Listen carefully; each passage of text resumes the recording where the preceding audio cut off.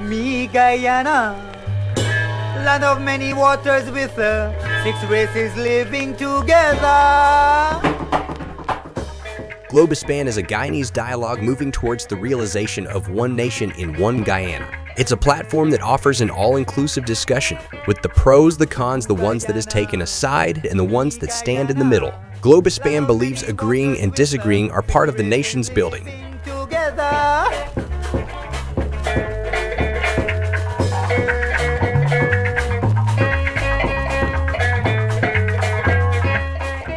Globespan believes that every Guyanese voice is part of the nation's building.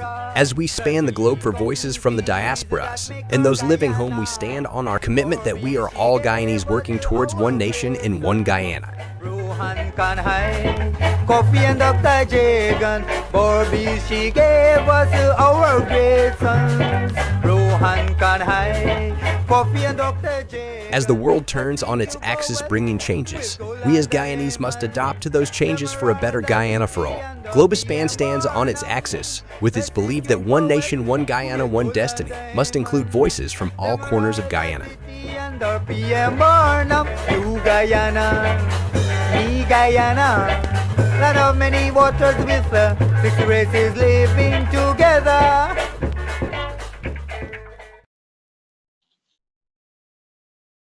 Thank you very much for tuning in this evening and welcome to tonight's edition of Globespan. I'm Rusad Ramgopal. I'll be the moderator for tonight's discussion, where we're going to be focused largely on the issue on everybody's mind, the Guyana-Venezuela, the border dispute, controversy, the aftermath of Maduro's referendum, and what it means for Guyana. We'll both discuss aspects of domestic policy and foreign policy, but obviously there'll be a larger focus on what it means for Guyana overall in the context of its future. We are joined tonight by a distinguished panel. We have Mr. Vincent Alexander, a commissioner of GCOM and chairman of the IDPADG, Dr. Betaram Ramarak, a political scientist, author, historian, and educator, and Dr. Ivala Griffith, the 10th Vice Chancellor of the University of Guyana, political scientist and author, and he's currently at the Center for Strategic and International Studies in Washington, D.C., CSIS, which is a very prominent think tank. So we are all thankful for our panelists tonight, and we look forward to hearing their perspectives. I'll give them a chance to give some opening statements right now regarding their view on the challenges facing Guyana and regarding this Venezuela referendum and aftermath. So I'll start first with Dr. Griffith. Good evening to you and to colleagues on the panel and to viewers and listeners. The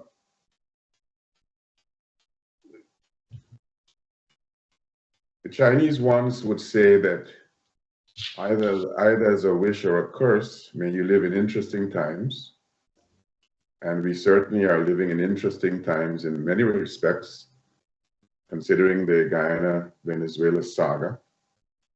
And I think it's important that we have as many opportunities as possible, including this one, to appreciate the dynamics of these interesting times so that we allow calm rather than panic to guide our engagement in our lives and livelihoods. Thank you. Oh, thank you, Dr. Griffith. Mr. Alexander. Well, indeed, I agree that these are interesting times, times which situation which poses a challenge, both to the manner in which the people of Guyana and the government of Guyana conduct their affairs at this time in the face of this challenge, as well as a challenge in terms of how the international community deals with the matter in an area which has significant geopolitical significance for various forces at this point in time. So I think both on the internal front and the international front, we are challenged, but at the center of that will be the people and government of Guyana as to how they're able to navigate the situation both internally and internationally. Thank you, Mr. Alexander. Dr. Ramarak. Well, good evening. You know, I would also echo the same sentiments, but I do want to say a couple of things. One is that, you know, this is a I guess you could say, a tough time for Guyana. And I think I speak for all of us here on this panel here today to say that, we are all united.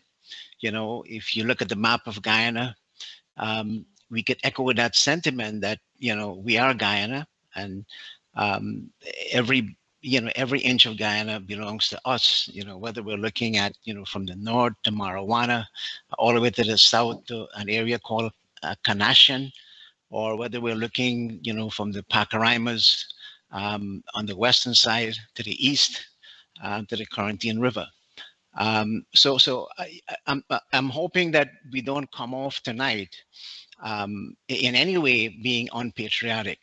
Now, having said that, you know, um, if you are studying international law, the first course you may take, you may come up with a Latin phrase that says "pacta sunt servanda," which basically means that when you sign an agreement, right, you have to respect the agreement that you sign.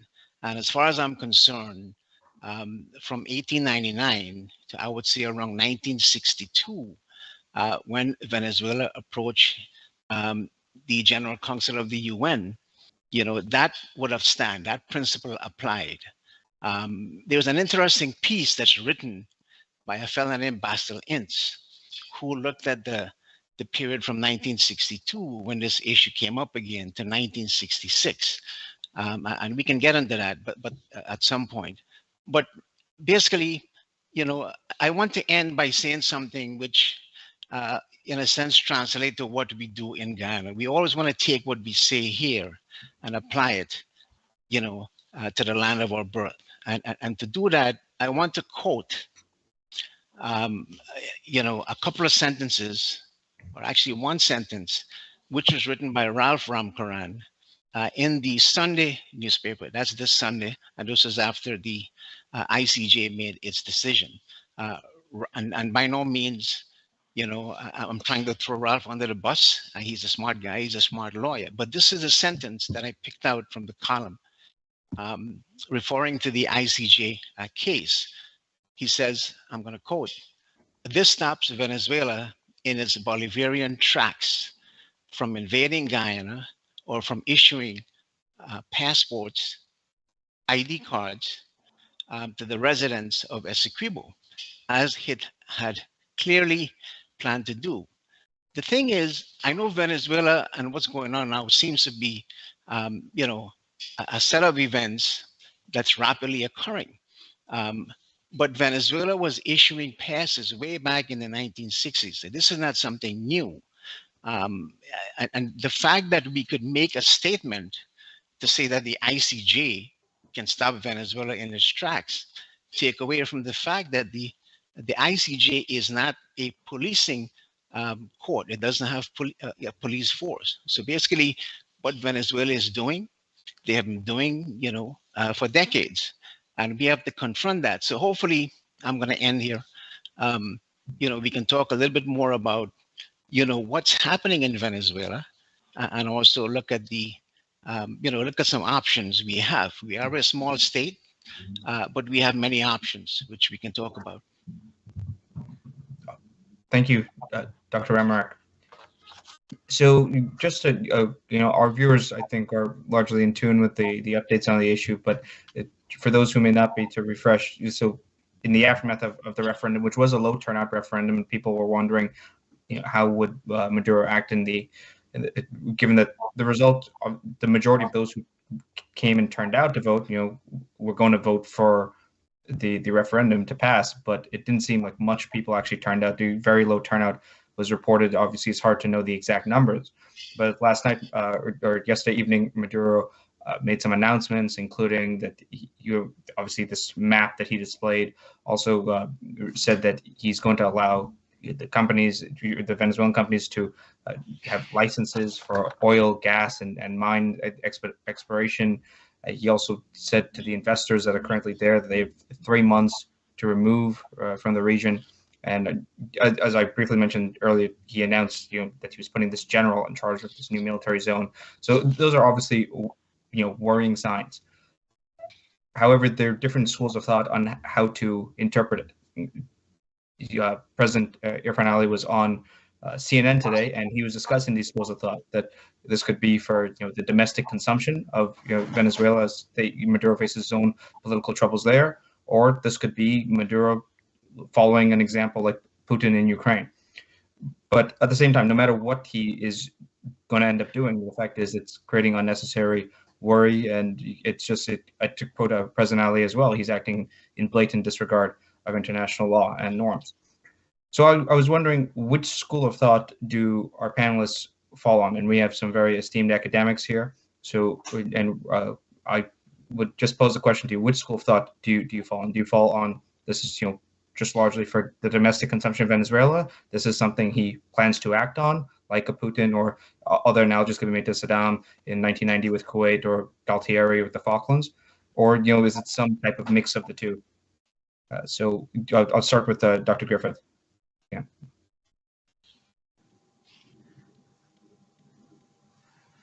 There are very few pursuits by leaders in whatever region of the world you want to focus on that are one-dimensional. Maduro's pursuits, the Venezuelan pursuits in relation to the Guyana controversy, also is not one-dimensional. And for me, I sense a domestic dimension and an international dimension. And the domestic dimension clearly has to do with Maduro's pursuit of the opportunity to retain power. We know that elections at the presidential level are going to be held next year. We know that there are pressures internationally from the United States and European countries for the domestic arena to manage its affairs to allow for free and fair elections. But we also know that the year 2025 are going to be visiting legislative elections. And he also wants to be able to command enough political clout in the legislative arena. So for me, there clearly is a domestic dimension. But there's also an international dimension. It's not an either or. And the international dimension has to do with Guyana and the United States. You will have noticed in the last couple of weeks, Nicolas Maduro has been amplifying what he called the international actors in the Guyana controversy. United States government, Pentagon, Southern Command, ExxonMobil, along with the Guyana government. So for him, and my interpretation is that he's not only playing to a domestic constituency, he's using the international arena to help secure his buy-in in the domestic constituency. And clearly, there are ramifications on the international side vis-a-vis what's happening with United States sanctions. Perhaps we'll get a chance later on to talk about some of the ramifications for the CARICOM arena. The bilateral deals with Trinidad and Tobago and the Dragon gas clearly will be influencing part of what Maduro is thinking. So it's not one dimension in my view. It's multidimensional. A domestic element, an international element, and an international element that has very many factors, arenas to it. Thank you, Dr. Griffith. Dr. Ramark? Well, yeah, I mean, I agree, but I'm going to add a couple of things here. Now, in terms of the election, Maduro is running a narco dictatorship, right? It's a kleptocracy. He has put himself in a position where he's well placed to rebuff any kind of, any kind of invasion, or he will attempt to do so. So there are a couple of things here that I do want to mention about Maduro. This is a person who a bounty was placed on his head in 2020, right, by the U.S. State Department. There is a part of the State Department that looks at drug trafficking and so on. And Maduro was hit with a number of charges. Aside from Maduro, the other person who was hit with those charges was a guy named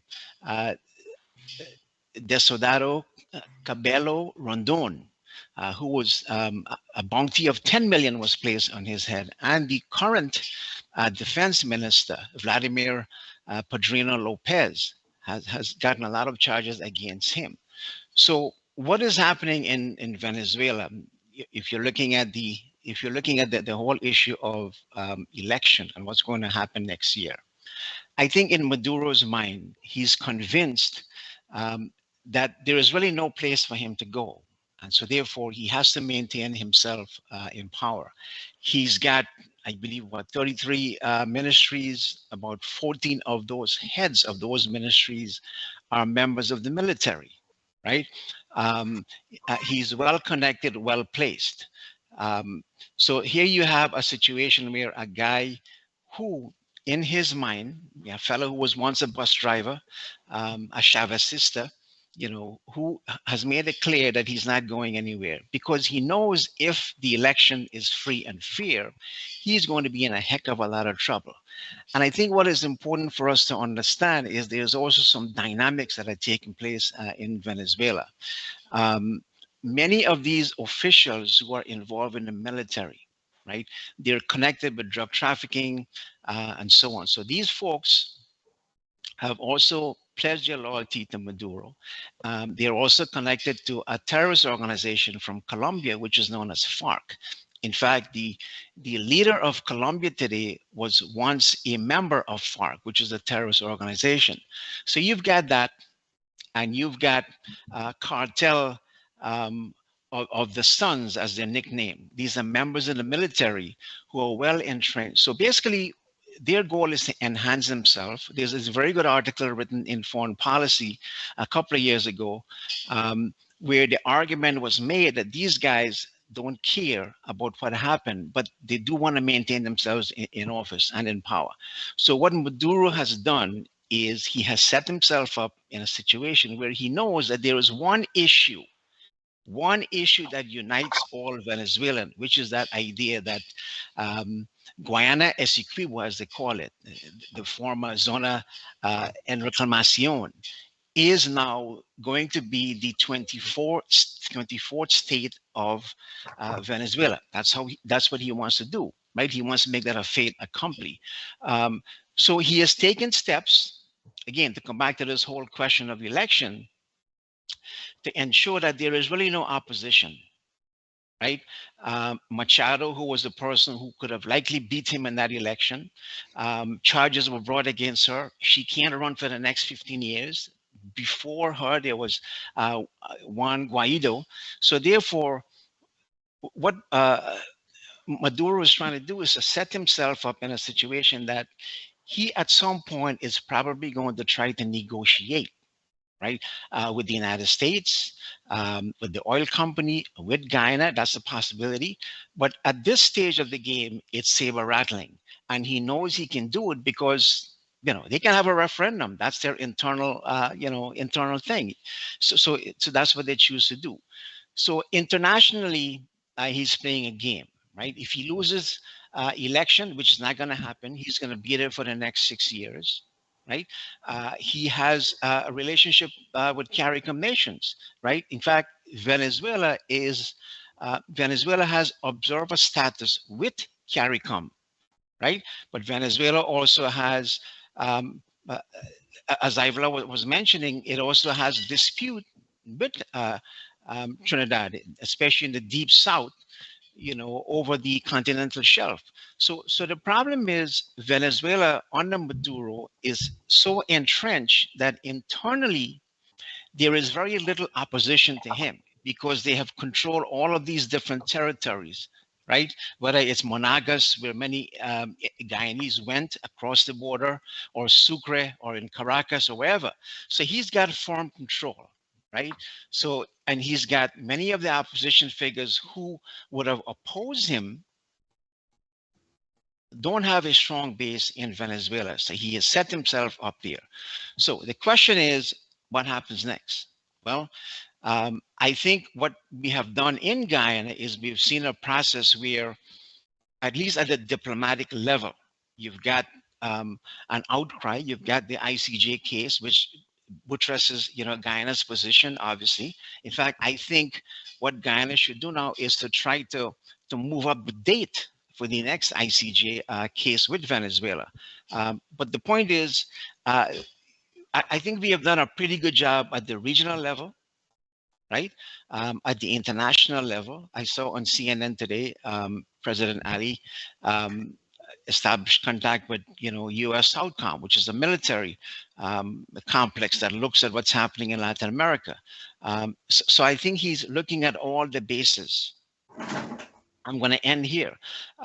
So there's that regional dimension. There's also that international dimension. And hopefully we can talk about the national dimension of what this all means. Thank you, Dr. Ramark. Mr. Alexander. Yes, I think that one has to remember a very, very simple postulation that foreign policy, more than often, if not all the time, is a reflection of internal policy. And that foreign policy seeks to concretize internal pursuits, internal interests, etc. I think that all that's happening has got to be seen in that context. I have often cast my mind to the incidents that occurred in the recent past when there was and the Venezuelan military intervened in what's Guyana's waters to remove a vessel that was doing exploration. There was an actual intervention that occurred. And based on that, I asked myself, what are the factors that may have influenced the way in which the government of Guyana, I would say, rushed in some regards to grant Exxon the rights of exploration and the license. And there seemed to be some nexus between defense and the granting of those licenses. And one would wonder whether the continued behavior of the government, among other things, and I want to stress among other things, may still be associated with that attempt to ensure that we are in a position to defend our territory. And when I speak about defending our territory, I would submit that whilst Venezuela may be claiming all of Essequibo, that I think Venezuela thinks its better chance of pursuing its objective is in the maritime area rather than on land. And again, I'm saying that is partly manifest by what they did in the maritime area. And we see that in terms of the maritime area, they made a declaration using the land boundaries as the basis for saying this is our maritime area as well. And that is really where the oil is. And I think that Venezuela probably thinks that it's easier to maneuver into, take possession of, exploit the maritime area than the land. So though the claim is initiated in relation to the land, the real focus may in fact be the maritime area. And that brings into vogue the whole question of that controversial matter of a channel being granted by Guyana. Now, in pursuit of his objectives, as a politician who wants to stay in power, he obviously needs to have some control over the people of Venezuela as a part of that effort. And therefore, what he's doing is an attempt to disarm, demobilize the opposition in Venezuela so that he can, in fact, pursue his quest to retain power for various reasons. Some has been mentioned already. And to use this whole argument of territorial matter to mobilize them. And they too unequivocally said that, the territory belongs to them. That's one issue in which there is no division, though there is division on how do you go about dealing with the matter. So he has embarked on a course of action to mobilize the Venezuelan people behind him, a mobilization which could lead to a number of things. Depending on how things pan out, it could lead to him arguing that it is not prudent at this time to hold elections, and that helps in his cause. So that's one of the things he's probably looking for, a contention that can't have election at this time because of the issues which we face with. And so he doesn't have to face the opposition. And what he's doing seeks to demobilize them in any instance. And it's interesting to note that having started this matter by holding a referendum, that certainly he cannot simply stand still having done that. Or else, he would betray himself. So he now has to move forward. And how does he move forward? I don't think that it's easy for him to move forward militarily in terms of invading Guyana's land space. And as I said, I don't think that's his major focus. Anyhow, that's not where he really wants to go. Essentially, looking at the maritime area. So that his latest decrees and declarations and impositions are about things that, in the first instance, are based in Venezuela. So he declares this new zone, but the government, so to speak, is located in Venezuela. He then declares that they will be issuing license for mining, etc., etc.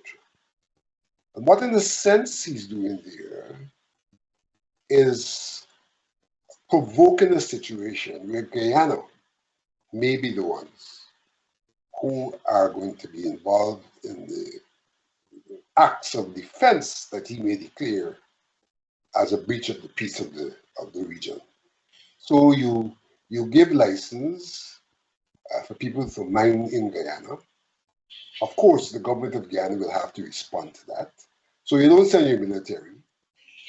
You may send the military in guise, miners, and then the government of Guyana takes action. And then that allows Maduro to say, look, I want to negotiate, I want a peaceful conclusion, but here is the government of Guyana physically and forcibly and militarily taking action, and therefore I have no other option than to myself take action. So I'm fearful that that is what, in fact, he's attempting to do as the second stage of this exercise, to provoke Guyana in a manner that Guyana has to take military action, law enforcement action, and then to use that as the ruse for him to be able to respond as if it's a response rather than an initiation, and in that way seek to try to take possession as far as is possible of not only land, but in every instance, we see that he's now projecting into the area of the maritime zone. And we note But in relation to the maritime zone, he's also said, well, I'm declaring that no one should be operating out there who hasn't been licensed by us. And again, setting himself up to get the kind of intervention that he had previously in the maritime zone. So that in two regards, one regard, Maduro is seeking to entrench himself. In the other regard, he's seeking to exploit the disposition of the Venezuelans in relation to the claim, which is not really grounded in any way, because it's really an issue about whether or not the arbitral award is valid or invalid, but he's using that. So he's driven in by two internal situations, his own quest and the fervor of the Venezuelan people in relation to the historical claim of Essequibo. Thank you, Mr. Alexander. So, obviously, tonight's discussion focuses both on the foreign policy aspect and also what it means for Guyana domestically, which Mr. Alexander and also Dr. Ramarak provided a transition for. So, countries during times of crisis often it can result in a rally around the flag effect. Given that Guyana is facing this threat right now in Venezuela, I'm wondering both how do you believe the government has been handling the situation so far? Do you largely approve? If so, what aspects do you agree with, potentially disagree with? And also, on top of that, do you believe that this can provide a moment for more unity? Guyana has obviously had lots of divisions across many different lines for literally decades, but at the same time, you do see hope, that this is just like how Essequibo is an issue that unifies the Venezuelans. That's why Maduro is attempting to exploit it. This isn't the defense of Guyana's territorial integrity is something that unites Guyanese, and you see that across party lines. Even you see events going on with also before the ICJ as well.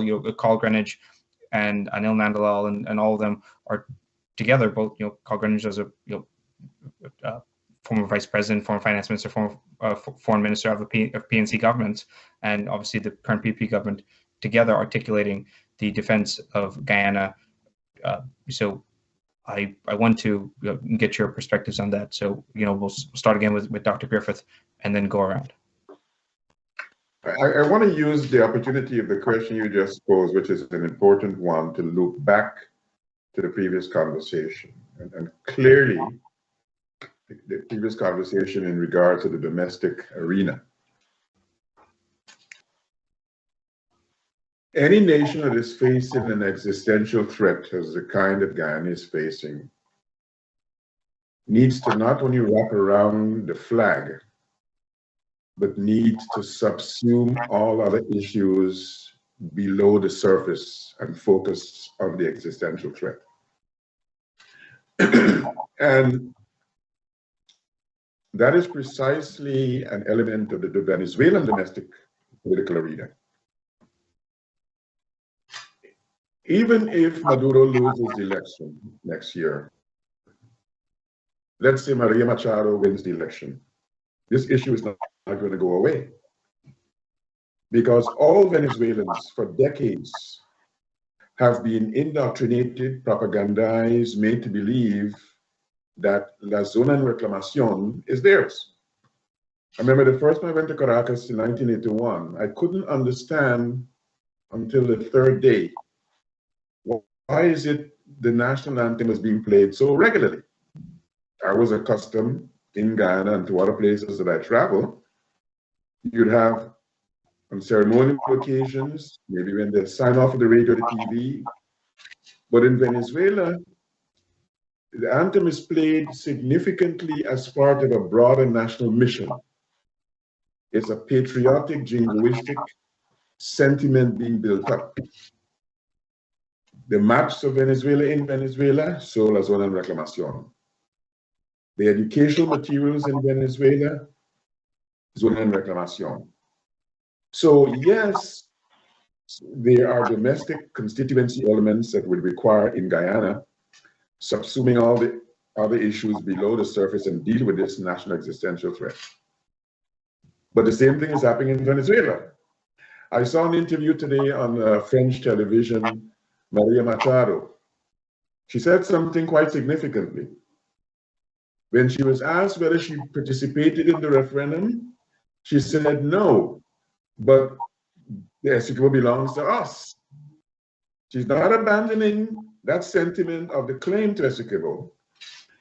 If you look at the position of Enrique Capriles, the opposition leader for much of Maduro's term in office, Capriles has the same view.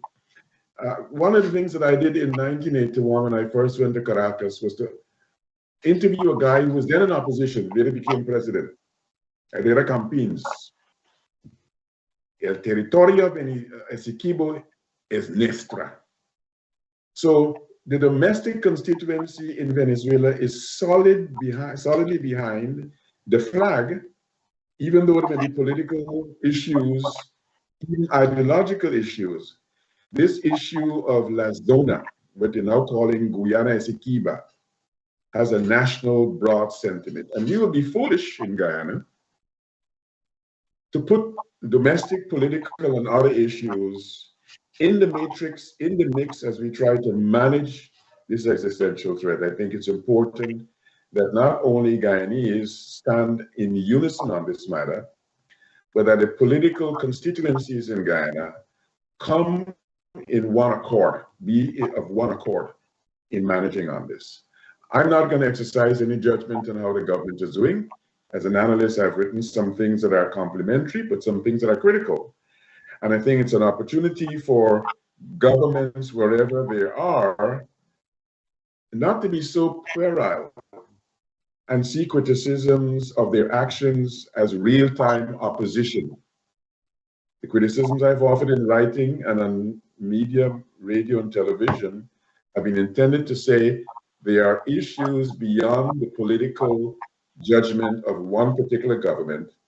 And if you can get many voices offering suggestions, those voices should be taken for what they are, not partisan, but national. Thank you, Dr. Griffith. Dr. Ramar? I think you may be on mute. Sorry. Sorry.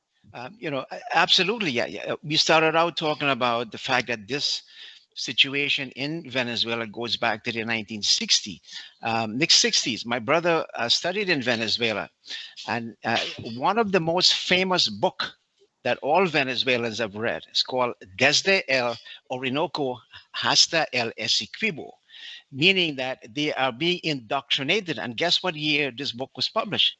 1966. So there was a tradition there, while we are putting our president's face on our exercise book, in Venezuela, they have the map showing Guyana Essequiba on their cuadernos, right? So we've kind of missed the boat to a certain extent in trying to grapple the situation. And again, I want to come back to that 1962 to 66 phase, where this whole notion of opening up this discussion again, and again, I'm not allocating fault to anyone. I think the fault is equally, we can spread that around. But once that situation became a reality, it's like the sword of Damocles, hanging over our head, and we're trying to deal with that today. But there are a couple of things I just want to mention, and I know you raised an important question. I'm not trying to dodge it. But one of the things that Vincent, mentioned is the fact that we're looking at maybe Venezuela, has their eyes out into, that area where maybe the oil and petroleum is. But I've seen a presentation that Ivlo made where he said internally in Venezuela, there's a possibility of, plutonium being available. But on the land itself, most Guyanese who left Guyana, and again, we were looking for petrol, some were going backtrack to Suriname, those who went to Venezuela, they went to that state called Monagas, which is an oil-based state, right? So there's tremendous amount of resources on the land itself. Now, I'm not sure about this, but countries do have, maybe one of, our guests can correct me. Countries have, according to the law of the seas, you have that exclusive economic zone where you can mine underwater, right? For whatever resources are there. I don't know if for sure if you extend that part that Venezuela is claiming out into the sea, if there is oil there. I don't know if exploration was done there, but I want to come back to you know to what we're talking about here in terms, of us going up against Venezuela. That's not going to happen. You're looking at a country with 28 million people, 4 times our size, a military of 200,000, standing army, probably more. They have, potential to airlift and drop bombs. They have tanks. We don't have that. So our goal as a small state, as I said before, we do have options, right? And we can exercise some of that. And we can use to our advantage the fact that we have a sense, and we know we can't read Maduro's mind, but we know he wants to stay in power. We also know that the Russians are there, right? We know the Chinese are there. We know the Iranians are there. He has a special relationship with Fidel Castro and Cuba. Right, well, Fidel Castro is gone, but Castro, after a long while, one of the first trips he made was to Venezuela. So it's like a sort of a padre hermano, right? A father-brother relationship that is there. So we can exploit those things, again, as a small state. The Iranians are there because, they have supplied them with oil. We're talking about going to the Security Council. I don't think, in all honesty, that you're going to see any kind of success in the Security Council, because you do have 5, key players there. They all have veto power. I think that veto may probably come from China or Russia, right? But let me come back to the question you raised, and I think that's the question, that's the elephant in the room. I mentioned the fact that there was a crucial period between 1962 to 66. By the way, let me say, I don't think Venezuela will invade, but we don't know what's going through in Maduro's mind. But what we do know is that he will bully us. He has done this many times over. We know what happened in Ankoko, right? Where that's where the line of division was. He has sent troops over to the eastern part, which belongs to Guyana. And I can give you a number of other instances. 1981, Kit Nascimento, under Forrest Barnum, led the discussion to establish the Mazaroni hydroelectric plant. There was funding guaranteed by the World Bank, I believe. But because of Venezuela's protests, that plan was put aside. But to answer your question, Rusad, about this whole notion of unity in Guyana, again, 1962, 66, there was unity among the political leaders, right, at that level. But that unity did not exist in the sense that, you have information that was shared, right, by both leaders. I think Chetty wanted to be a part of all of the discussion. There was a discussion going back and forth. Barnum says no, then we can include Fenton Ramtahai, but that didn't work out well. But there was unity, as we have now, right, in Guyana at that level. But I think that unity has to translate. We can talk about not a blade of grass. I think Dave Martins need to rest a little bit. But the question is, we need to go beyond that. How are we going to establish that kind of unity that we seek? And that's something that we need to address, right? One of the things and that I don't find and I don't see our leaders talking about is this whole notion of how do you create that force that can defend Guyana? When I say defend, I'm not talking about a national army that can go up against. We all know that's not going to happen, right? But Guyana can create a force because we can become a leader among the OECS and in CARICOM and so on, because of the wealth that we now have. We can play that mobilizing, that game changer, so to speak, at that regional level. And it also means that we can invest resources. It's not gonna happen overnight into creating that kind of force that you see in places like Israel or maybe Singapore or some other places. So it's gonna take some time, but again, I'm hoping you can press us on this question of national unity, because I think, and I'm going to be very frank about this, when the Black Power movement occurred in Trinidad, Eric Williams understood that the threat to his regime was actually coming from many of the Black soldiers and Black police officers. So what did he do? Then he opened it up to other people to join the security forces. I think, and this is the point I want to end on, because I don't think it's being discussed enough, right? This is a great opportunity. Myself, Mr. Ravi Dev, and others have been consistent in calling for all Guyanese to be part of this defense system. Security and defense is what is called a national good.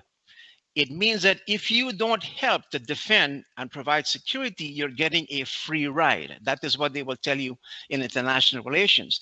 So I think that public good has to be provided by all Guyanese. I didn't mention one thing that goes back to the Rupununi uprising. David Granger wrote a very interesting piece on that, right? And I'll tell you a little story, and I know this might, I'm not trying to dominate the show, but it's just sticking in my head. This was one of the success story, and I think this is where our defense can really be very effective. Because remember, it's not just Venezuela. We can't fight the war with Venezuela, but we can protect our eastern border against, Suriname and other places which we still have conflict with. But here is the point I'm trying to make. When that Rupununi uprising took place, it was a united force that went there, and we were successful, right, in defeating, the leaders, Valerie Hart and the Melvilles and so on. Now, incidentally, those people went over to Venezuela, and they were given Venezuelan citizenship. And they made the argument that that area, Guyana, Essequibo, belongs to Venezuela. Again, if that's not, sedition, then I don't know what is. But to come back to the point, and I want to end with this. I'm making the argument here to answer your question frontally, that this is a great opportunity for everyone. In that Rupununi uprising, you know who were the guides and the people who helped the folks who went there to protect Guyana's border while Venezuela was supporting those people? It was the indigenous people who were the guides, right? They helped to take those people to those locations, and they played a functional and a very important role.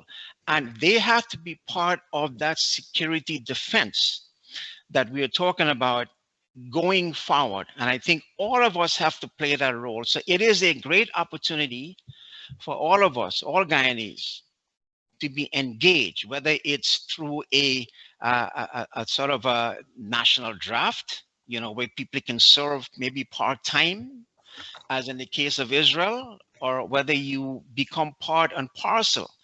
But as that commission that examined the military says, the army has to be well-funded. I don't care if it's the army or you're creating a border patrol, as Anil Nanlal mentioned. It has to be professionalized. It has to be multicultural, because all of us have to share, right? And I don't mean doing a quota system. You can do this through attrition, right? That's what that commission found. It was never acted upon. So I'm going to leave it at that. Thank you. I want to offer two footnotes to good observations made by Veteran. I did a study a few years ago, and I even have a map showing where in Guyana and in Venezuela, not plutonium, Veteran, uranium. Uranium, sorry, you're correct. As a matter of fact, President Jagdeo, when he was president, Vice President Jagdeo, when he was president, started a negotiation and discussions with the Iranians who were interested in Guyanese uranium for their own nuclear pursuits. President Jadio made a visit along with President Mahmoud Ahmadinejad to Iran. The United States ensured that that was mixed.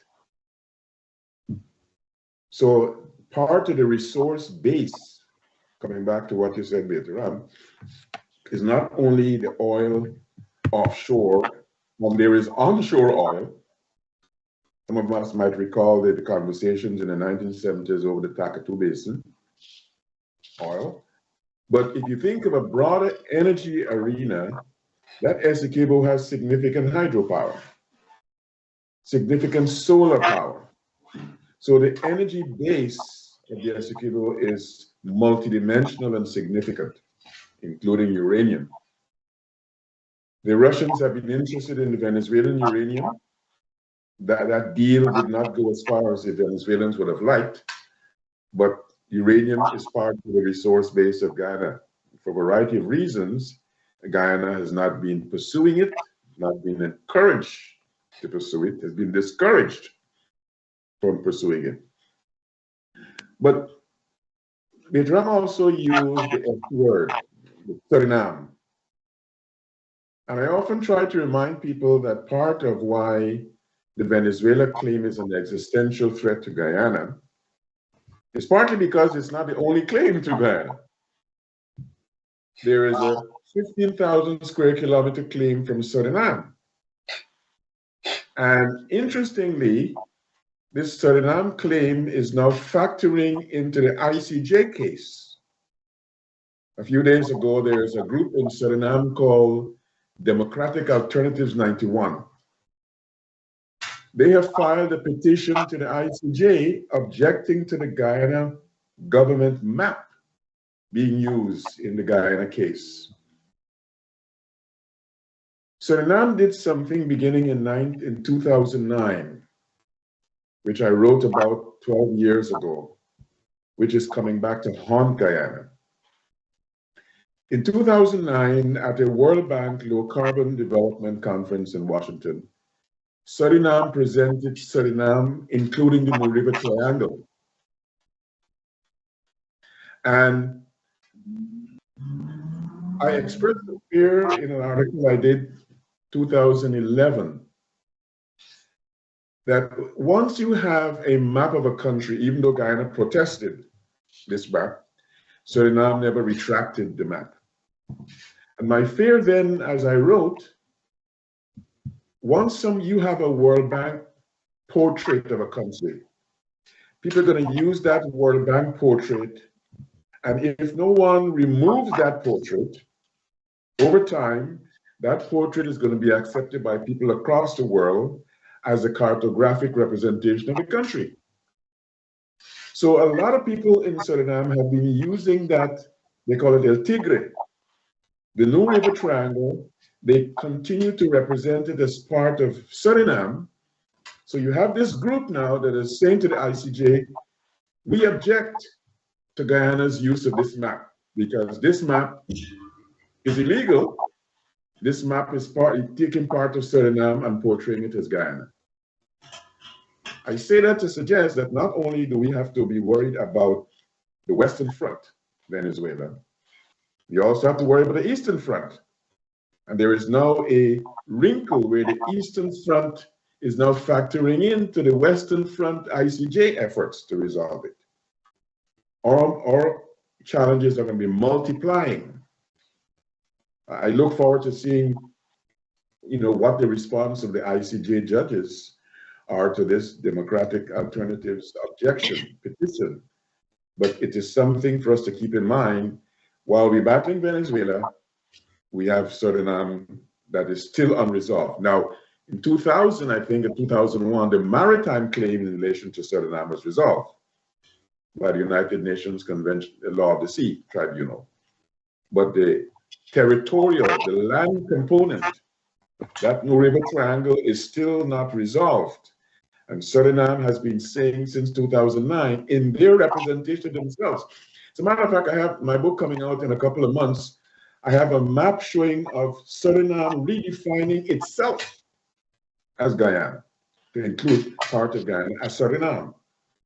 And it is very unfortunate that we have not been able to get Suriname to retract that map.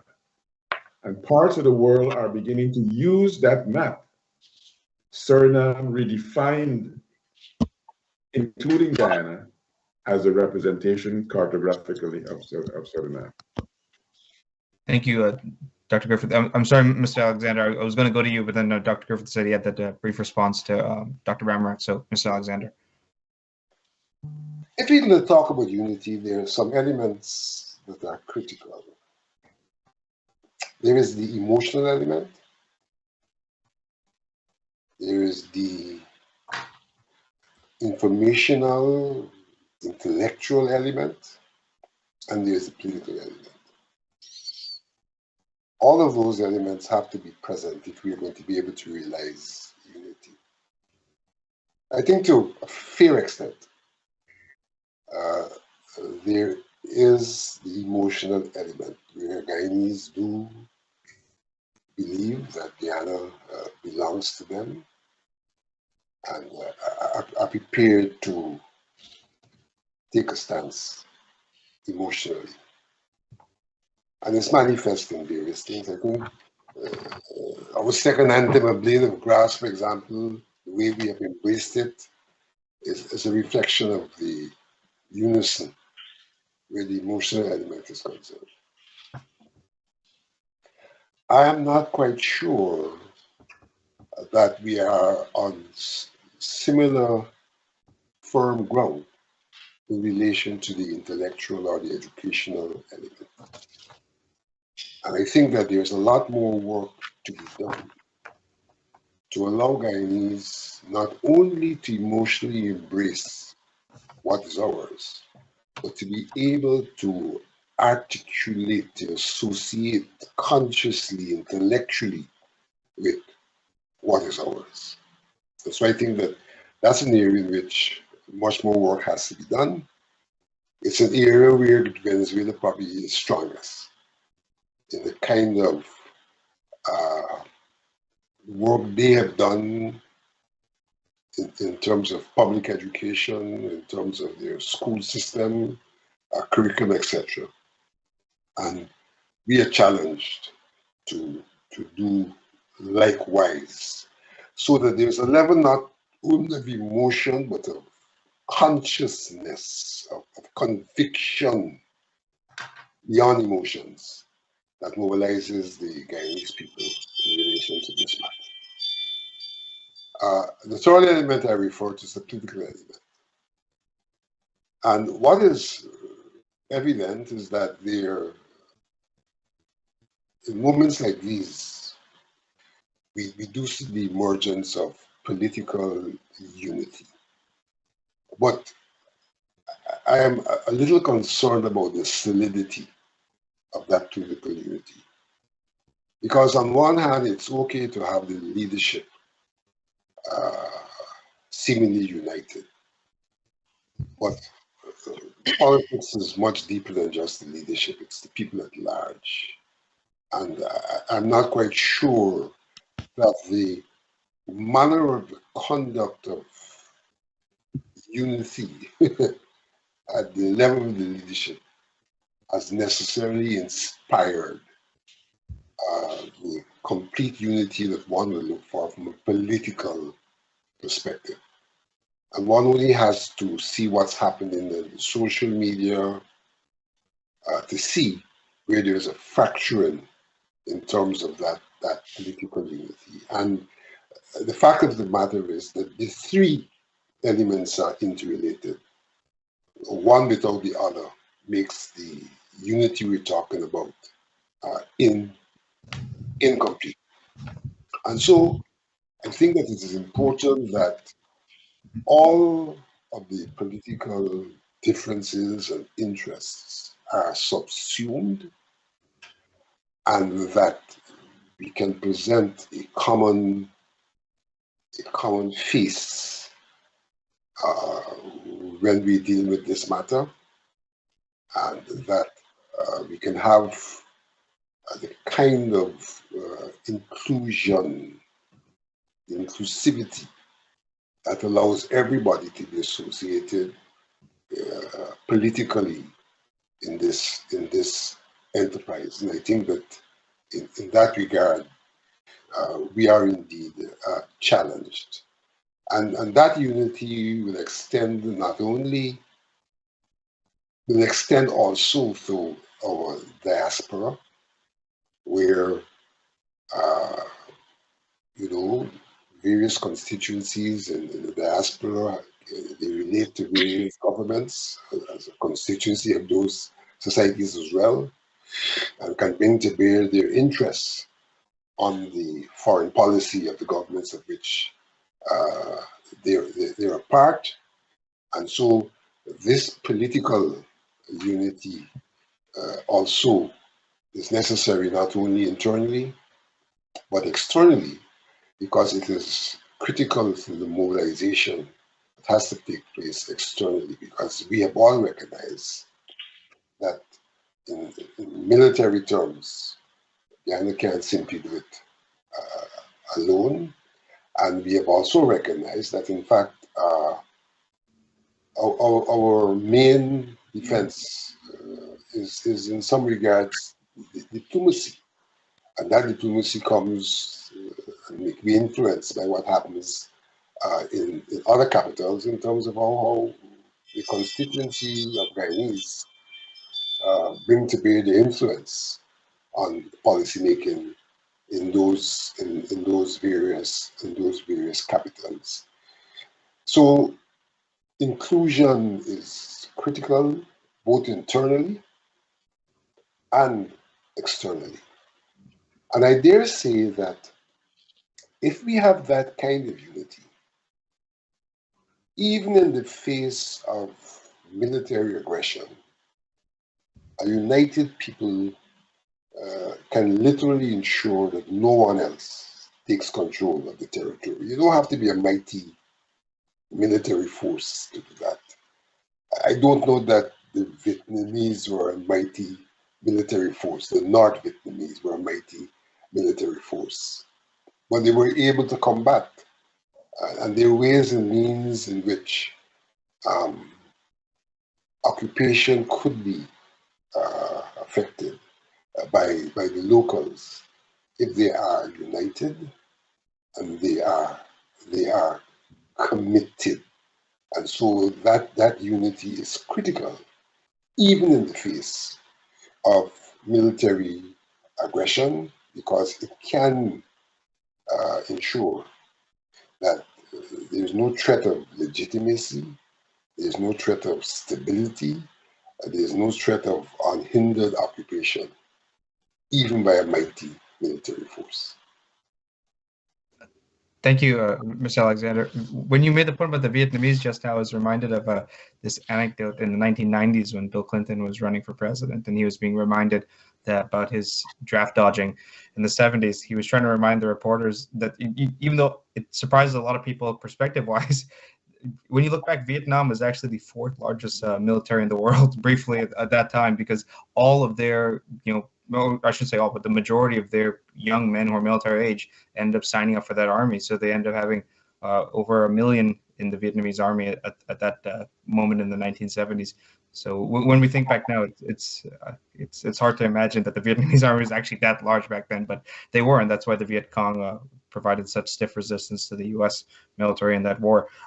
So I have had the pleasure of listening to you all as panelists, and sometimes I take notes about thoughts that come in my head as you guys are speaking, and I always try to strike the balance as a moderator between how much I should give my own perspective and how much I should ask the questions.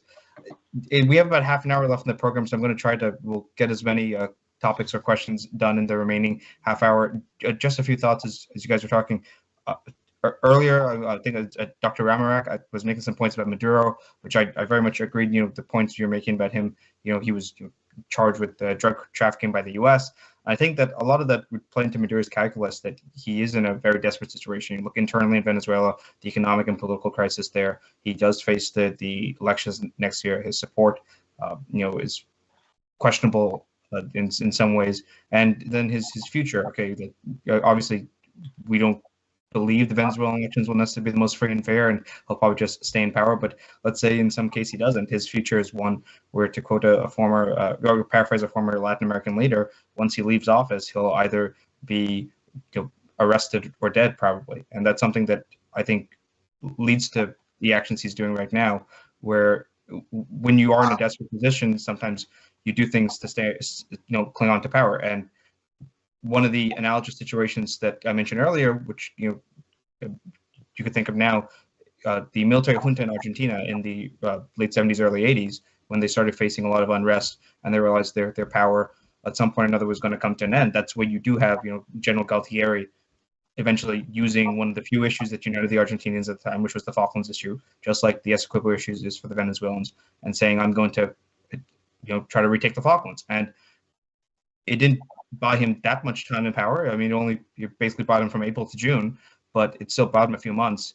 And it was a decision that Galtieri, in the end, thought was worth taking. So I think that something to keep in perspective with Maduro, that the guy is so desperate at this point that even though it may not be rational, he may end up doing something just irrational to hold on to power, even if it's just for a few months. Because obviously, if you do end up taking military action, it's probably not going to end well. I don't think annexation of the Western Hemisphere is going to be accepted by the international organizations or neighboring or powerful countries in the region. The other points are made about the Venezuelan opposition leaders like the Machados and Guaidos, and how Essequibo was also an issue for them. I think that was important to remind us, because even in many ways, one Guaido was actually just as hawkish or even more hawkish on the Essequibo issue than Maduro. A few interesting points were made about Maduro's international relations, his with Russia and Iran and Cuba, etc. I think one of the most interesting pictures I've seen in recent days was actually when at COP28, at that summit that was going on over the climate issues, President Ali and Vice President Jagdeo attended. It was interesting to see President Ali meet with President Diaz-Canel of Cuba, because Cuba is one of Venezuela's key partners in the region. So to see the President Ali meeting with Diaz-Canel, I would have loved to be a bug in that room to hear what was going on there, because that was probably a very interesting conversation and a conversation worth having. So the trip was probably worth it for that reason, to try to talk to. Again, I also saw them engaging with the Foreign Secretary of the UK, David Cameron, and others. And it's good to see that they are engaging with international leaders, especially on this issue. It shows how serious they're taking it. Now, we're talking about how the government is handling the issue. I think in my judgment, I've seen a lot of positive steps from the president, the vice president. You see them trying to get international attention to the issue. You see them. I thought former president, current vice president Jagdeo's interview with Neil Marks was very informative. But then you also see some other messages, say from the Attorney General, Anil Nandalal, and others, where when you look at it, you're wondering.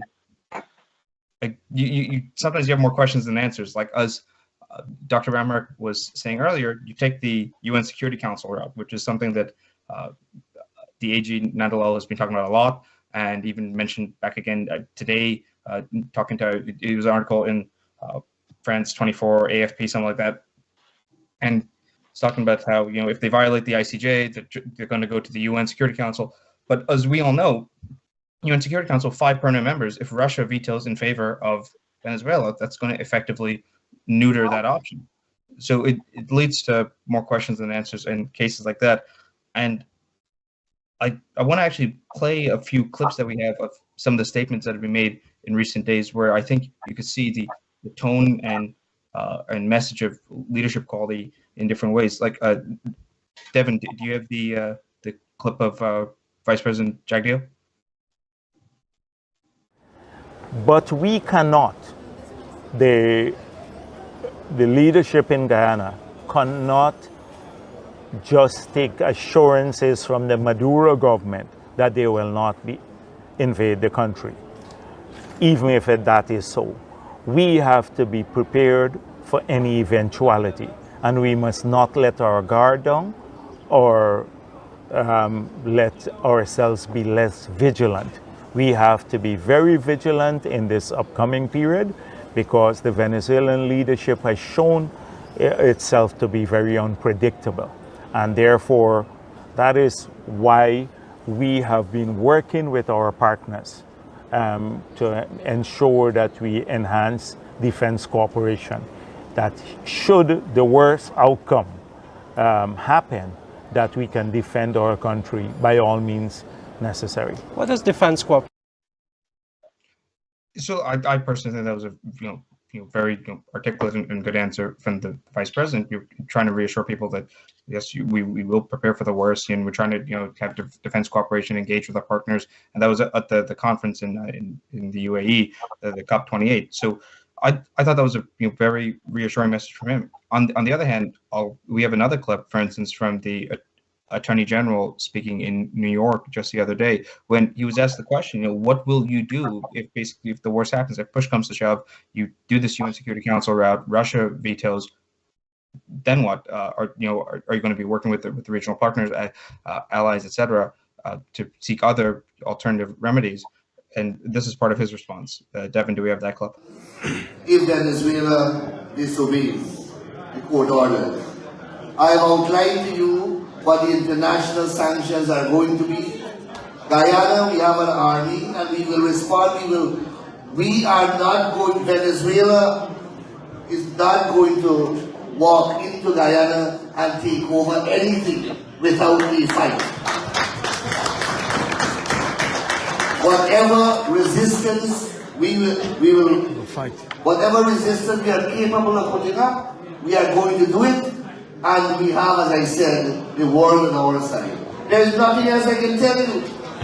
Somebody wants me to explain how we can do it. I don't know. And you asking the question, you know that question has no answer. Stop asking it.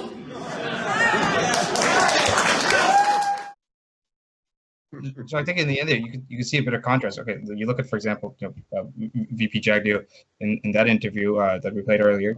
It's a very, I would say, more of a professional answer, and you could see his maturity and experience there. Whereas, look at the Attorney General. You're being asked a question, and which is a pertinent question, and then the ending is basically, I don't know, or you know that question has no answer, so stop asking the question. No, I mean, in a moment of crisis, I don't think it's ever good to say, stop asking that question. But I think it shows a certain, I think I put this way, I think it's very reflective. And I remember growing up in New York after September 11th, there was a time where Andrew Cuomo said of Rudy Giuliani that, basically during times of crisis, that's when cream rises to the top. And you could see in a moment like this, where Guyana is facing this threat from Venezuela, you could see the maturity and experience of leaders like VP Jagdeo. You even see President Ali shining at a moment like this.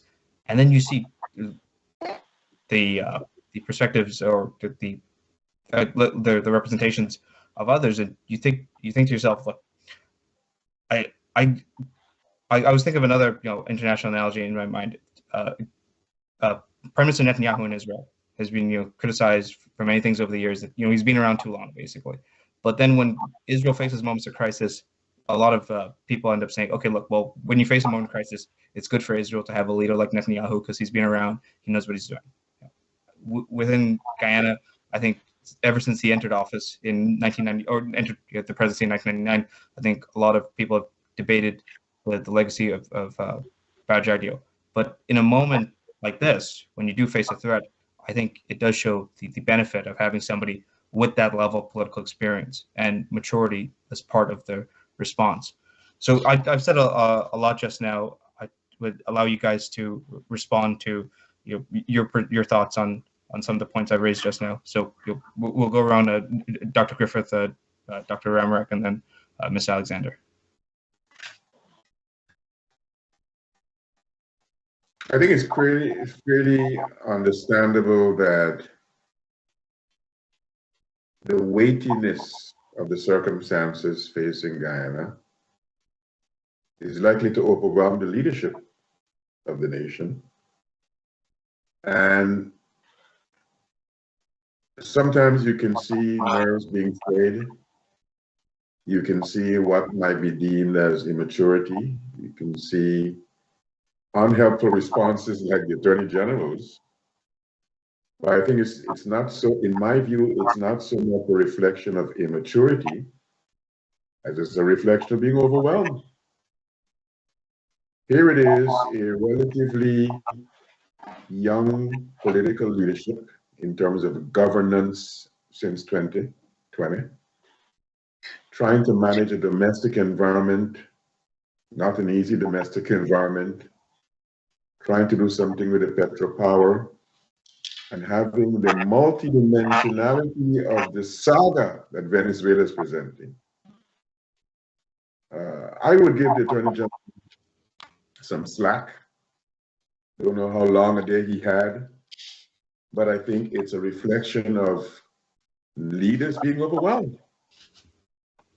The defense diplomacy that Vincent referred to is one of the critical arenas that our country has pursued ever since 1966. It's the first strategy articulated by Srinath Rampo and Burnham and Rascal Jackson. But one can find opportunities along the decades of the pursuit of that to be worried about how we manage that defense diplomacy.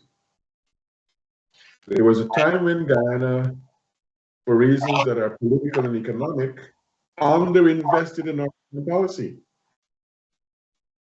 And you don't build up a cadre of diplomats overnight.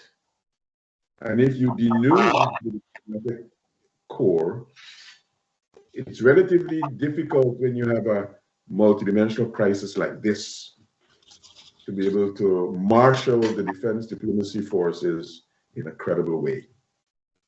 For a number of years, we had vacancies in the high commissions and the embassies around the world. It took us a while to get high commissions. We still don't have anybody in Caracas. Yes, somebody has been identified as going there, but I'm told that the agreement is still not approved. So we've got to use this opportunity to reflect on knowing that this is not going to be a saga that will end a year or 2 or 3 years, because even if the ICJ, as we expect, comes back and says in the year 2025 or 26, whenever they finish the case, 1899 arbitral award is valid, Venezuela has already indicated it's not going to accept. And so there's going to be a life after the decision by the ICJ, which means our defense diplomacy will need to be engaged, and I'm hoping it's enhanced, not simply on the basis of what is existing right now. But I want to touch on something slightly different, but connected to observations made by several people. I think part of the strategy of Maduro in his psychological warfare against us is to try to pressure us into coming to terms for a bilateral negotiation. If you hear every time Maduro speaks, gives an interview, he harps on the Geneva Agreement, you would get the impression, if you listen to him and you don't know what the Geneva Agreement says, you would get the impression that the Geneva Agreement mandates Venezuela sitting down with Guyana and working this deal out. But that's not what it's all about. But he is wedded to this notion, I think, conscious of the futility of being victorious at the International Court of Justice. He's holding on to this notion, and he's not the first person to pursue this. Let's strike a deal. During the time of President Zaguio's presidency, there was this let's strike a deal. So Maduro is hoping to pressure us to come and say, well, you know what, give me a little piece of land over here. Give me a little outlet to the sea over there. But I think the Geneva Agreement is being used as the fulcrum around which this narrative is being spun. That Guyana is violating the Geneva Agreement by not sitting down and talking with them, without recognizing that the very Geneva Agreement identifies not only a mixed commission process, but identifies Article 33 of the United Nations Charter as mechanisms under which resolution may be pursued. And then Article 33 specifies a variety of mechanisms, including the International Court of Justice. So I think that I still don't anticipate any annexation. I think there's much more for Maduro to lose than to gain with an annexation. First of all, the Leviathan of our area, of our continent, Brazil, you really can't annex Essequibo without going through the Roraima state. And the Brazilians have made it quite clear they're not going to facilitate any pursuit of Guyana through their territory. But remember, the Leviathan element of Brazil also is one in which Brazil has a border with every South American country except Chile and Ecuador.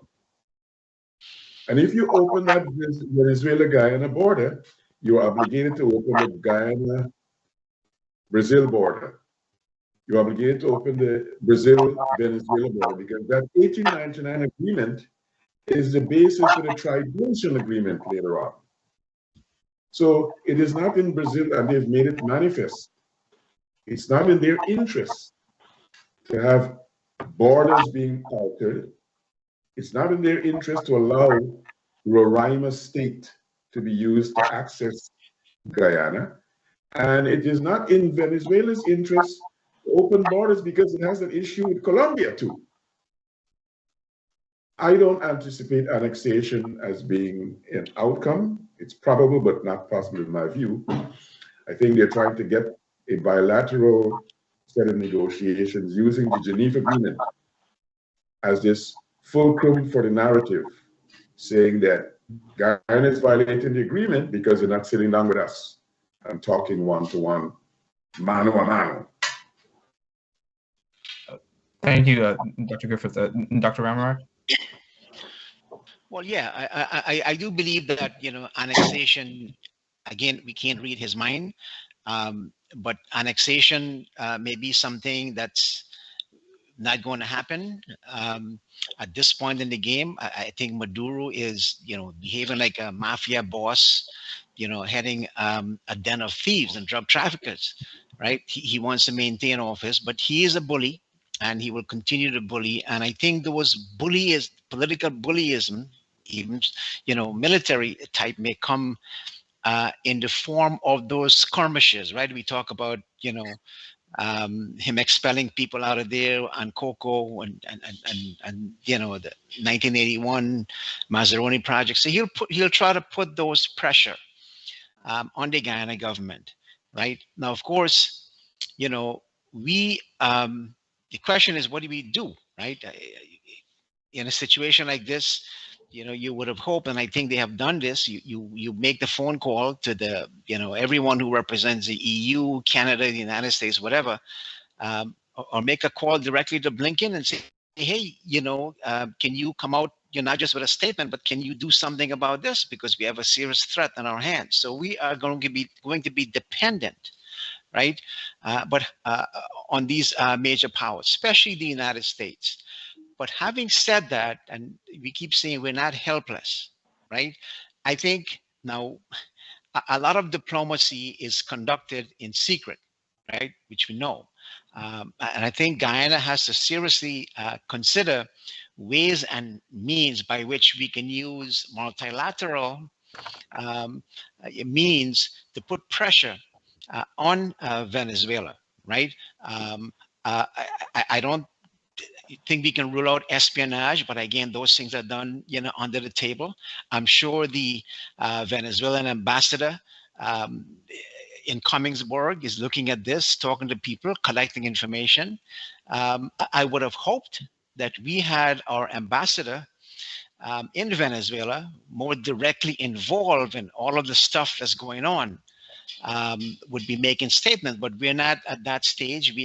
And no disrespect to Vanneras Charles, but you would have hoped that that person would be in that position and be of faith, be well aware and sharing information with us and the people in government.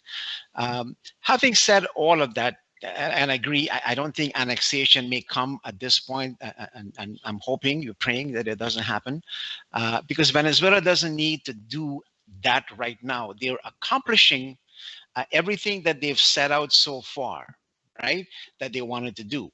And I do believe, yes, I agree with the professor here about the fact that there might be some kind of bilateral thing that they're looking at, because Maduro wants, he wants that victory, right? So he can take that back to the people of Venezuela, because they are united on that one single issue, right, the border. But I do have to say, Guyana, as I said, it can be a game changer. We are a small state.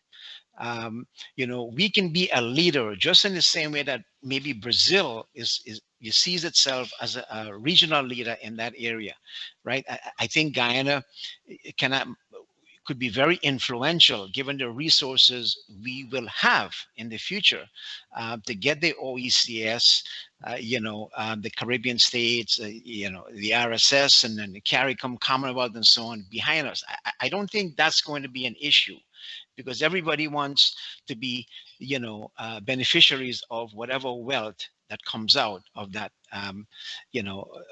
of that so-called Dubai of the Caribbean, right? So, but that's gonna, that's a sort of a long-term plan. So the immediate plan would be obviously to rally around the forces of people, right? And I think a central, a pivotal piece to this equation, obviously, definitely Brazil can play a role. Brazil did come out, I don't know if I mentioned this, during the Rupununi uprising, and they've made a statement condemning what happened. Obviously, clearly the United States, and we need to exploit, that relationship we have with this major power, which has tremendous influence over the United States, over Venezuela, sorry. I do believe also, one of the statements coming back from when Trump was the president, he said there are all options on the table when it comes to Venezuela. That implies that there could be possible military action or ways to sabotage, Maduro. I do believe that the Biden administration, in a sense, because of the weakness and the kind of foreign policy that they have adopted, kind of open up some of the doors to allow Maduro to do what he's doing. But again, a large chunk of his people, his key advisors, right, are currently indicted by the United States. Okay, the United States has leverage, right? The United States is a market for Maduro's oil and so on. So some pressure has to come from there, and we have to be able to exploit, that angle of things, right? In the long-term process, I see Guyana, again, given the resources we have, developing a very strong military, right, professionalized, that can deal, and I don't mean invading Venezuela, but certainly dealing with the issue by acting as a deterrent, at least when it comes to other small states like Suriname on our eastern border, right? And I will go so far, and I know people feel uncomfortable about this, but we are dealing in the big leagues right now, and being a petro state comes with a lot of advantages, but there are some complications, as we see right now. So I would go to the extent to say Guyana needs to explore whether we can have a military base installed in Guyana. And again, I know that can be controversial, but countries act on behalf of their self-interest, right? And that's the lesson from, Henry Kissinger. You have to be able to take care of your self-interest and not depend on CARICOM or OECS and everybody else, even though you want their help. So we have to look out for our own, and our national interest must come first. And that's an option that we need to explore, because you're having a strong military presence, right, which can train your people, even if it's going to be on a short-term basis, until the situation change in that region, right? So I'm going to leave it at that, and that would be my comment about that in terms of what we can do in terms of the short term and on a long-term basis. Thank you, Dr. Ramrock. Well, have Mr. Alexander, and then I know that the time is now 8:30. So then after that, we will have the closing remarks quickly. So, Mr. Alexander. Well, I would contend, like my colleagues have, that annexation is probably not what's next for Maduro. But certainly, having initiated the referendum, he has to find a way out which suggests that he has not, in fact, given up, has not lost ground, that he has benefited in one way or the other from the things which he has done so far. So that Maduro is looking for a way out so that he can contend that he has made gains, whilst reflecting the, the desire, the national feeling of the Venezuelans in terms of Essequibo. Going back to the point of unity, I think that we also ought to look at unity from the standpoint of the wider Caribbean, English-speaking Caribbean in particular, and that we ought to be making a greater demand on them in terms of the support they demonstrate. There is a whole question of the regional security mechanism which is in place, which could be called upon to be active and evident in this time of crisis as things evolve. So I think that too, in terms of when we talk about unity, we see unison of action beyond the boundaries of Guyana among our allies. But I want to look at this question of unity from another perspective. I think that Guyana has a moment that it can exploit. We have seen the kind of standoff which has taken place between and probably among the political forces after 2020, where they have literally refused to interact with each other. And I think that this situation provides an opportunity for the political forces to come together without necessarily losing their mileage in a manner that goes beyond this border controversy, that really provides for a unified Guyana, and that unified Guyana would be in a better position to deal with the border controversy if it has that kind of unity, and not unity which is simply inspired by pushing back on Venezuela. And so I think that this crisis provides an opportunity to overcome the difficulties that we have been faced with in terms of our political culture, our political interaction, and to forge ethos and a culture that doesn't represent the kind of standoff that we have had in the past, that represents a greater inclusion, a greater accountability, and a greater nation, so to speak, that can then, both in terms of what happens internally and both in terms of what is able to do externally,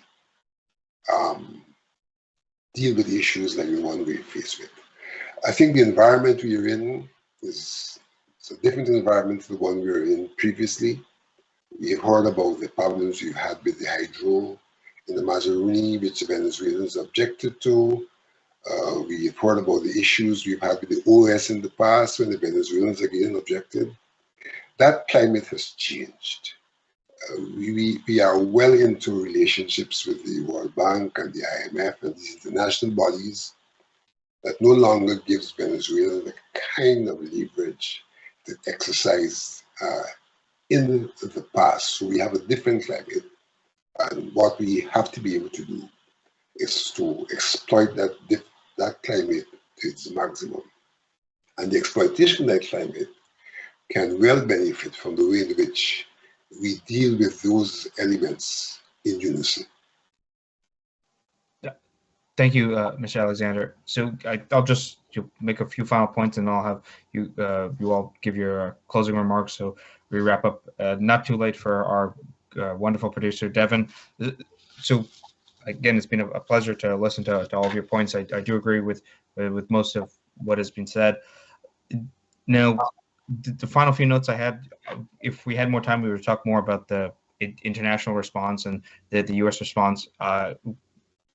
I do believe that the government, in terms of the president, vice president, doing their best to engage with the Americans and try to have them keeping their eye on the ball with what's going on right here. You've seen some signs of defense cooperation, the Southcom, and you had the DoD officials visit. Obviously, the more U.S. engagement, in my opinion, the better on this issue. You want to have as much deterrence as possible, and as we all know, Guyana alone facing Venezuela doesn't have as much deterrence as having the big brother in the region, the superpower of the U.S. On your side. Now, I agree a lot with what Dr. Amarak said about the foreign policy in terms of if you look at the Trump administration versus Biden administration. Now, the Trump administration had a much tougher stance on Venezuela, especially the National Security Advisor John Bolton. They had wanted regime change in Venezuela. They didn't want to go after Maduro before, and even when minor things happen with regards to Venezuela and Guyana, you saw much stronger statements coming out from the Trump administration. Whereas if you look at the Biden administration, obviously, I did hear the president, Ali, said today on his CNN interview that they've been engaging and stronger statements will come. But as an American, I'll say it's been disappointing to see the responses from the Biden administration so far. Like if I compare it to other historic examples, when Saddam was doing his aggression against Kuwait, President H.W. Bush came out very clear and said, "This shall not stand." And obviously, we know how that ended up for Saddam Hussein in the end. You look at the way the Biden administration is responding to Maduro's aggression now, and it's a couple mealy-mouthed statements about we would like to see both sides work towards a peaceful resolution, and we are watching very closely what's happening, and not the decisiveness that the U.S. has been known for in its foreign policy in the region for literally centuries, dating back to the Monroe Doctrine, and later on the Roosevelt corollary to Monroe Doctrine, and U.S. policy throughout the Cold War. So. But I do think that the president and vice president are engaging in diplomatic channels in a positive way. I think that I would have asked more about your opinions on the engagement with the U.S. and also with Brazil, but I think that you all touched on that in your own comments. On the negotiations, or possibility of negotiation, I am reminded that earlier this evening, it was reported that Hugh Todd spoke with his Venezuelan counterpart to open channels of communication. And I remember when I was doing a project on Guyana, Venezuela a few years ago at the University of London, I was talking to this professor of oil and gas, and he said that he believes Maduro's end goal. At this point, we didn't know Maduro would ever do what he's doing exactly right now, but he said that he believed Maduro's overall aggression on the issue, that his end goal would be to try to get some type of joint project deal, the way that that Trinidad has, that with Venezuela. That's one thing he believed Maduro would end up trying to pursue, which I personally would disagree. I think there's a difference between the Guyana Venezuela tension and what he was doing with Trinidad, but obviously that is something to consider, whether that is the type of motivation he does have. Someone mentioned social media earlier. I was going to say that I think one more important thing for our audience, and especially those in Guyana and those in the diaspora as well, to remember is we have to be careful. What is the information we're consuming on social media? I saw earlier today, there was reports of this helicopter and what was happening with this helicopter, and people were spreading it like wildfire on social media. And that's one of the problems with misinformation, that they were trying to say as if the helicopter was attacked by the Venezuelans, when you just wait for the update, that, okay, no, it had not escalated to that point. It was bad weather and other things like that. But people have to be careful what information they're consuming and how fast they're spreading it. Social media is both a good and a bad in many ways. I think I've said my piece, but I will let you all give your brief closing remarks, and then we will wrap up the program. Thank you very much again.